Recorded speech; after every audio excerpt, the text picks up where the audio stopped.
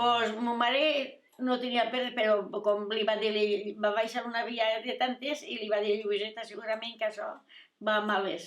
Pues, així, voldria veure la xiquita antes de que me maten. La tenies a 2 dies, la tornaven a traure. Tu imagina quin patiment. Per 3 vegades. Imagina quin patiment, perquè hi ha hagut vegades que quan l'han detesa ella està davant. És que això és tremendo. L'última volta ja estava allà davant. Només per republicà i per ser alcalde de Llucena.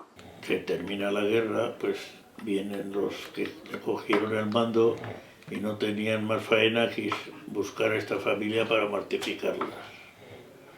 A esta persona que era hermana de mi padre como resulta ser que fue alcalde de este pueblo de Altura.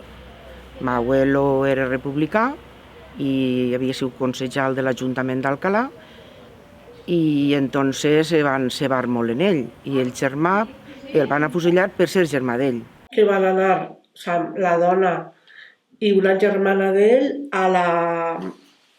al cementeri de Castelló com una tàpia i allí van assobar el cabet i van veure com el van fusillar. I aquella nit els van dir que hi havia revolta. Entonces van decidir anar al riu Sec i amagar-se.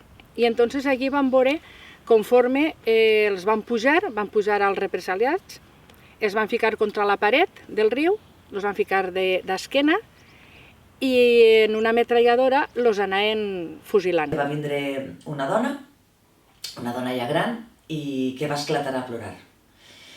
I bueno, això és molt colpidor quan li preguntes, entrar a un refugi no és senzill, perquè sense voler te fiques en la pell de les persones que malauradament van tindre que baixar i refugiar-se d'aquelles bombes que estaven assolint la nostra ciutat. Però és que aquesta dona, la seva història era que per la mateixa boca del refugi que estàvem entrant, ella recordava perfectament el dia que sonava una sirena, la sirena del Fadrí, baixava el refugi de la mà de la seva mare, però un pes va caure en terra i és que la pròpia bomba va matar a sa mare. I fins que no s'acaben, diuen que si volem obrir les ferides traient els nostres morts, jo crec que les ferides sempre han estat obertes i sempre hi estaran fins que no se dona la dignitat que té que tindre tota la gent represaliada pel franquisme.